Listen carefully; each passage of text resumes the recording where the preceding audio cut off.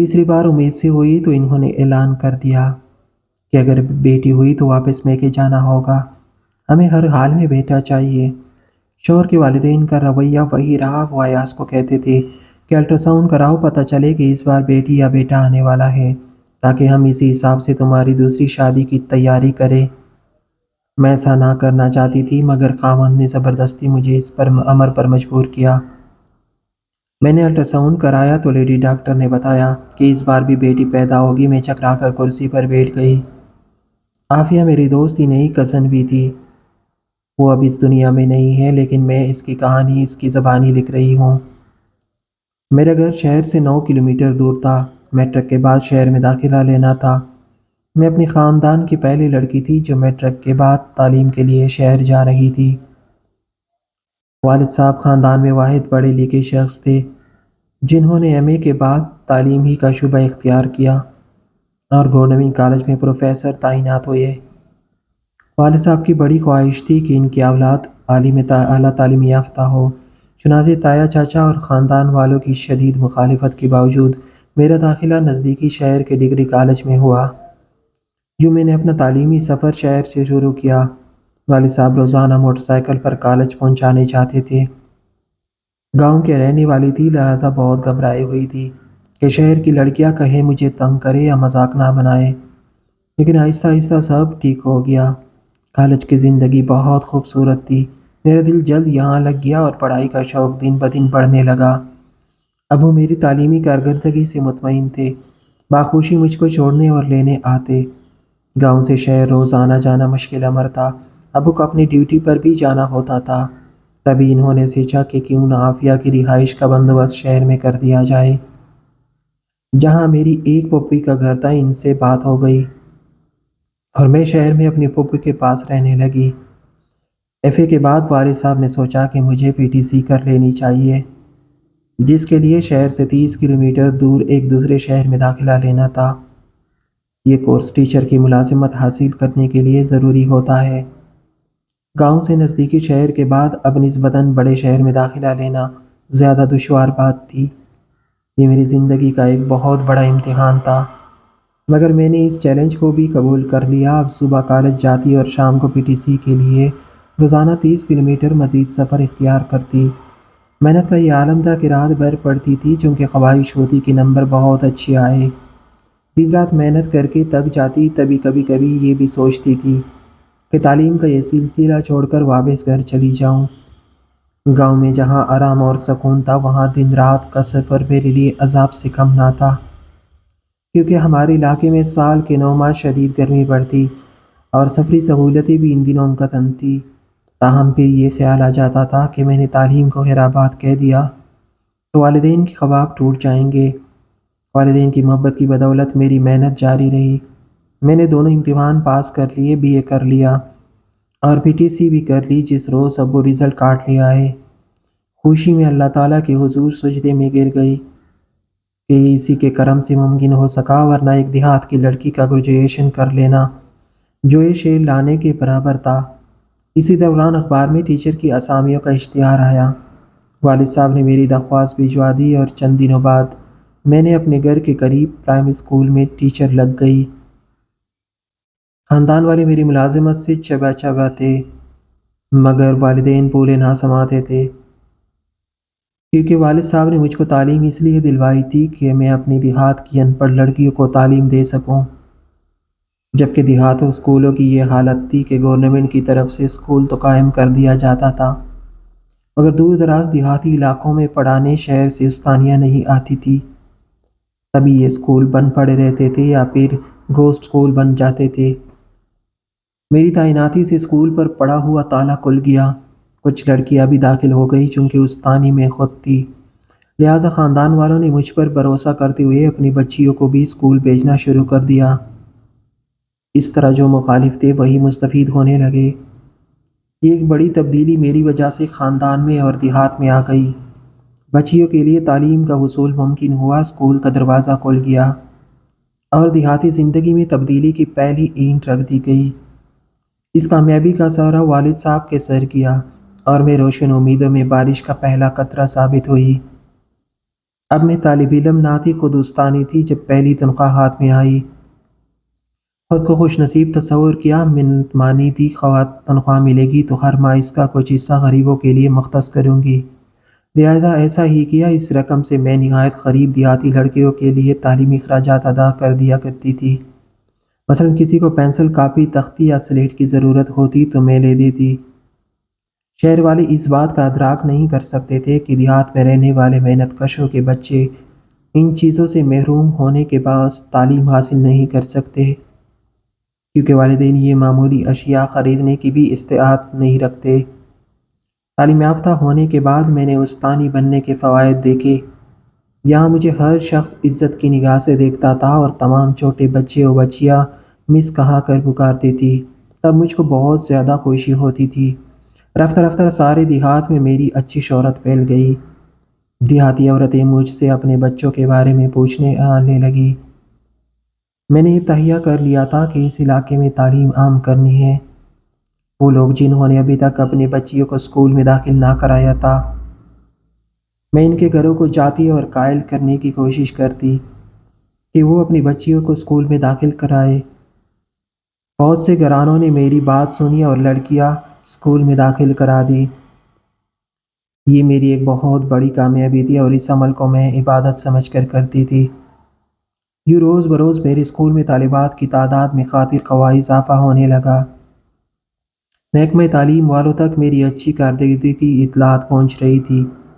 یوں تمام علاقے میں ہمارے اسکول کو سب سے زیادہ فوقیت ملنے لگی، جو میری اچھی نیت کا ثمر تھا۔ وقت گزرتے دیر نہیں لگتی، سب والدین میری شادی کے بارے میں سوچنے لگے۔ اس دوران ماموں جان اپنے بیٹے ایاز کے لیے میرا رشتہ لے آئے۔ اماں اس رشتے پر بہت خوش تھی کہ ان کے خیال میں اپنے ماموں کے گھر جار بھی تھی اور اپنی ہی اپنوں کا زیادہ خیال رکھتے ہیں۔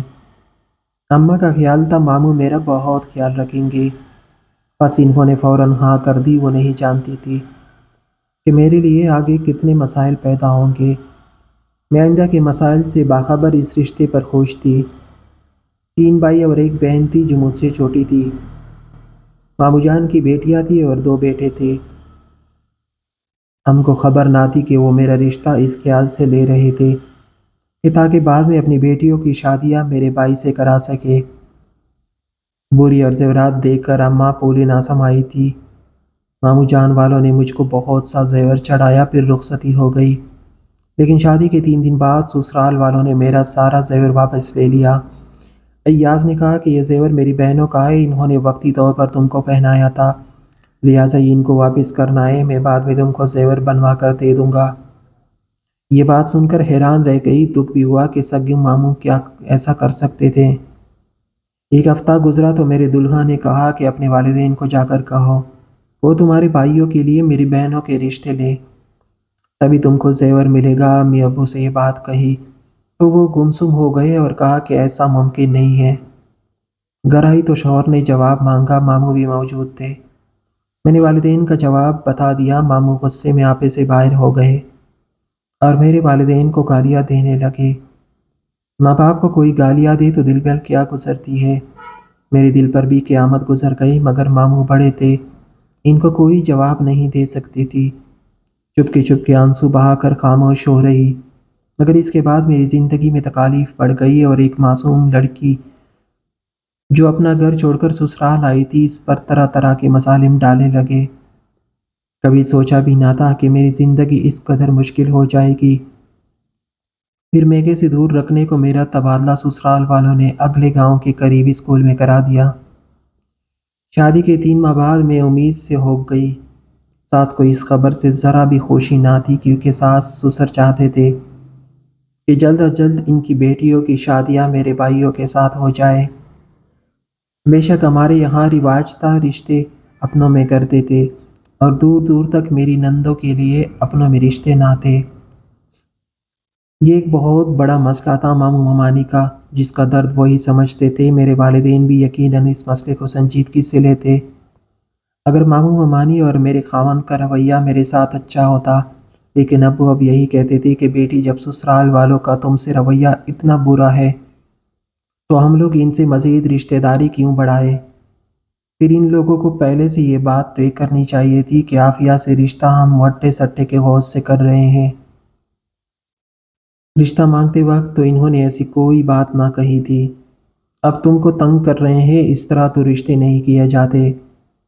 میں نے ابو کی یہ باتیں ایاز کے گوش گزارا کر دی، اور جب انہوں نے اپنے والدین کو بتایا کہ میری بیوی کے والدین ایسا کہتے ہیں تو گھر میں ایک طوفان آ گیا۔ انہوں نے ایاز سے کہا کہ تم ایسا کرو کہ عافیہ کو گھر سے نکال دو، تب دیکھنا کہ خود بخود ان کے مزاج ٹھکانے آ جائیں گے۔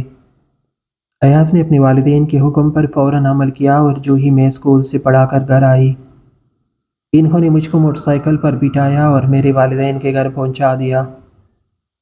جاتے ہوئے کہا کہ اب میں تم کو لینے ہرگز نہیں آؤں گا، یہ اپنے ماں باپ کو بتا دینا۔ والد صاحب نے تسلی دی کہ گھبراؤ نہیں، سب ہو جائے گا۔ اس تسلی کے باوجود میرا دل بیٹھا جاتا تھا، اور میں سارا دن روتی رہتی تھی کہ میں پہلی بچی نے جنم لیا۔ ابو نے ایاز اور ان کے گھر والوں کو اطلاع کی، لیکن کوئی نہ آیا۔ اماں نے میری بہت خدمت کی، میری بیٹی کا نام والد صاحب نے رکھا۔ اس کے بعد بھی کئی بار سسرال والوں کو پیغام بھیجا، لیکن وہ لوگ بچی دیکھنے بھی نہیں آئے۔ 2 ماہ بعد میرے ایک استاد ہمارے گھر آئے، یہ مجھ کو BA میں پڑھایا کرتے تھے۔ والد صاحب نے تمام واقعہ حنیف صاحب کے گوش گزارا کر دیا۔ یہ میرے خاوند کے بھی استاد رہ چکے تھے اور ابو کے دوست تھے۔ حنیف صاحب کے سمجھانے پر ایاز ہمارے گھر آ گئے۔ خاوند کے آنے پر میں بہت زیادہ خوش ہوئی، اپنا تمام سامان اور بیٹی کو تیار کر کے والد صاحب سے شوہر کے ساتھ جانے کی اجازت طلب کی۔ انہوں نے نہ روکا اور میں خاوند کے ساتھ گھر آ گئی۔ گھر آ کر محسوس کیا کہ ساس سسر نندے دیور کوئی بھی میرے لوٹ آنے پر خوش نہیں تھا۔ وہ پہلے کی طرح ناراض اور مجھے اذیت دینے کی خواہش رکھتے تھے۔ گھر آنے کی خوشی خاک میں مل گئی، کیونکہ میری بیٹی کو کسی نے نہیں اٹھایا۔ حالانکہ ان کے گھر آنے کی پہلی خوشی تھی، مگر دیہات والوں کا شاید یہ رواج ہو کہ بیٹی کی پیدائش پر خوشی کا اظہار نہیں کرتے، بلکہ منہ بنا لیتے ہیں۔ وقت گزرتا گیا، سسرال والوں میں کوئی تبدیلی نہ آئی۔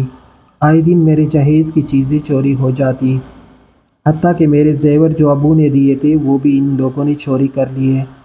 والدین کو نہ بتایا کہ انہوں نے زیور چرا لیے تھے۔ اچھی دنوں کی امید پر زندگی کے دن گزارنے لگی، سوچتی تھی کہ کبھی تو ان ذہنوں میں تبدیلی آئے گی۔ دوسری بار جب بے امید سے ہوئی تو گھر کا تمام کام نہیں کر پا رہی تھی۔ اسکول کی ڈیوٹی کے بعد تکن ہو جاتی تو تھوڑی دیر آرام کی ضرورت محسوس ہوتی، جبکہ گھر آتی ہی کام میں جتنا پڑتا تھا، کیونکہ گھر کا سارا کام جو کا تو پڑا ہوتا کہ بہو آئے گی تو وہی کرے گی۔ ممانی بیٹیوں سے کوئی کام نہ کراتی، اتنے بڑے گھر کی صفائی، برتن، ڈیروں روٹیاں، سب کام مجھ ہی کو کرنے پڑتے تھے۔ میں تکلیف محسوس کرنے لگی، کیونکہ پورے دنوں سے تھی۔ مجھے میٹرنیٹی لیول تو مل گئی، مگر گھر کے کام سے نجات نہ ملی۔ مجبوراً امی ابو مجھے گھر لے آئے۔ دوسرے بچے کی پیدائش سے کچھ دن قبل جب کام نہ کر سکی تو خاوند نے مجھے مارنا شروع کیا۔ میں نے ان کو یہی کہا کہ ایک ماں مجھ سے جھگڑا مت کرے، اس حالات میں جھگڑا برداشت نہیں کر سکتی۔ جب بچے کی پیدائش کا مرحلہ طے ہو جائے گا میں سارا کام کر دیا کروں گی۔ والدین کے یہاں ہر طرح آرام تھا، تھوڑی بہت زمینداری تھی، نوکر چاکر تھے۔ اماں مجھے کام کو ہاتھ نہ لگانے دیتی تھی۔ میں پھر بھی افسردہ تھی۔ مجھے روتے پا کر ماں گلے سے لگاتی اور تسلیاں دیتی، کہتی خبر ہوتی کہ اپنے اتنے سنگ دل ہوتے ہیں تو کبھی تیری شادی بائی کے بیٹے سے نہ کرتی۔ میکے میں ہی دوسری بیٹی نے جنم لیا۔ اب اور زیادہ پریشان ہو گئی کہ اس بار بیٹی کی خواہش کی تھی۔ ساس سسر صرف اسی صورت مجھ پر مہربان ہو سکتے تھے، شوہر کو بھی بیٹی کی ہی چاہتی، لہٰذا اس مرتبہ ایاز بیٹی دیکھنے نہ آئے۔ میں بہت فکر مند تھی کہ یا اللہ آگے کیا ہوگا، ان کا ایسا رویہ کب تک برداشت کر سکوں گی۔ میری تنخواہ بھی ایاز خود لیتے تھے اور میرا ذاتی خرچہ والدین مجھے دیا کرتے تھے، کیونکہ میں تنخواہ سے محروم ہونے کے بعد میں بالکل خالی ہاتھ رہ جاتی تھی۔ 2 ماہ بعد ہمارے خاندان کے کچھ بزرگوں نے یہ فیصلہ کیا کہ ایاز اور ان کے والدین کو سمجھانا چاہیے کہ وہ عافیہ کو گھر واپس لے آئے۔ سب لوگ مل کر ماموں کے پاس گئے، ان کو سمجھایا تمہاری 2 پوتیاں ہو گئی، اپنی اولاد کو اپنے گھر میں پلنے کی سہولت دو۔ یہی وہ اچھا ہے، مجبوراً برادری کے دباؤ پر وہ آ کر مجھے لے گئے۔ گھر واپس آ کر اپنی بچیوں کے مستقبل کی خاطر میں نے سسرال والوں کی بہت زیادہ خدمت کی، لیکن انہوں نے پھر بھی مجھے پیار نہ دیا۔ سب خاندان والوں نے بچی کی پیدائش پر مبارکباد دی، لیکن ان لوگوں نے میری اس خوشی میں شراکت نہ کی۔ تبھی یہ سوچنے پر مجبور ہو گئی کہ میں چاہے جو کر لوں، سسرال والے کبھی مجھے تسلیم نہ کریں گے، چاہے اپنے بھائیوں سے اپنی نندوں کے رشتے کیوں نہ کرا دوں۔ یہ مجھ سے نفرت کرتے رہیں گے، بلکہ اس صورت میں اور مسائل بڑھ جائیں گے۔ اس بارے میں ابو کا موقف بالکل صحیح تھا کہ اگر ان لوگوں نے ہمارے ساتھ رشتے کرنے ہیں تو کم از کم ہماری بیٹی سے تو تعلق بہتر رکھے، ورنہ مزید رشتے جوڑنے سے بھی ان میں کوئی تبدیلی نہیں آئے گی۔ پھر پنسنے کا فائدہ کیا، والد صاحب نے ایک روز ماموں جان پر اپنے اس موقف کو بالکل واضح کر دیا کہ وہ اب مزید کوئی رشتہ داری بڑھانا نہیں چاہتے۔ اس پر جو رد عمل ہوا، اس سے میں بہت زیادہ متاثر ہوئی۔ خاوند نے اپنے باپ کے کہنے پر مجھ کو گھر سے نکال دیا، یہ کہہ کر اگر ہم میری بہنوں کے رشتے بھلے نہیں ہیں تو ہم اس کی بیٹی کو کیوں رکھے، یہاں تک ظلم کی حد کر دی کہ میری دودھ پیتی بچی بھی چھین لی۔ ایک ماں سے اس کی چھوٹی سی معصوم بچی چھین لی جائے تو دل کی کیا حالت ہوگی۔ مجھ پر بھی جو رد عمل ہوا، اس سے شدید متاثر ہوئی، سخت بیمار پڑ گئی۔ پہلے صرف ابو جان اس معاملے پر بولتے تھے، اس بار بھائیوں بھی اثر پڑا۔ غصے ہوئے، بھائیوں کے غصے سے ڈرتی تھی۔ مجھ کو میرا گھر ٹوٹنا دکھائی دے رہا تھا، تاہم میں نے طلاق لینے سے انکار کر دیا۔ 2 سال ایسی ہی میں کے بیٹے رہی۔ محکمہ تعلیم کے ایک آفیسر جو ابو کے دوست تھے، وہ میرے خاوند کو ابو کے پاس لے آئے، کیونکہ ایاز بھی محکمہ تعلیم میں ملازمت تھے۔ ایاز کو مجھے دوبارہ گھر لے جانا پڑا۔ اس بار میں نے اپنے خاوند سے کہا کہ تم جو ظلم مجھ پر کر رہے ہو، اگر میں مر گئی تو میرے مرنے کے بعد ضرور تم کو احساس ہوگا۔ کہنے لگے، پہلے تو مر کر تو دکھاؤ، ہم پھر احساس بھی کر لیں گے۔ ساس سسر مجھ سے کلام نہیں کرتے تھے اور نندے صرف مجھے ستانے کو پیدا ہوئی تھی۔ ان کے نفرت برے سلوک پر میں روتی رہتی۔ خدا جانے یہ کیوں مجھ کو اتنی بڑی سزا دے رہے تھے اور کس بات کی سمجھ نہ پاتی۔ تیسری بار امید سے ہوئی تو انہوں نے اعلان کر دیا کہ اگر اب بیٹی ہوئی تو واپس میکے جانا ہوگا، ہمیں ہر حال میں بیٹا چاہیے۔ میں نے میکے میں جتنے پیسے جمع کیے تھے ان سے اپنے شوہر کو کار لے کر دی، اور فریج، ٹی وی، گھر کا دیگر سامان بھی، کیونکہ والد صاحب اور بھائی مجھے جیب خرچ کے طور پر کافی رقم دیتے تھے۔ میں 2 سال میکے میں رہی تھی اور اس دوران تنخواہ بھی جمع کی تھی۔ میں سوچتی تھی کہ شاید اس طرح شوہر مجھ پر احسان مند ہوں گے، مجھ سے محبت کریں گے، میرا خیال رکھیں گے، اور سسرال والوں کی طرف سے جو ذہنی اذیت ملتی ہے وہ کم ہو جائے گی۔ شادی کے 8 برسوں بعد ایاز میں کچھ تبدیلی آئی اور وہ میرا خیال رکھنے لگے، مگر ان کے والدین کا رویہ وہی رہا۔ وہ ایاز کو کہتے تھے کہ الٹرا ساؤنڈ کراؤ، پتہ چلے کہ اس بار بیٹی یا بیٹا آنے والا ہے، تاکہ ہم اسی حساب سے تیاری کریں۔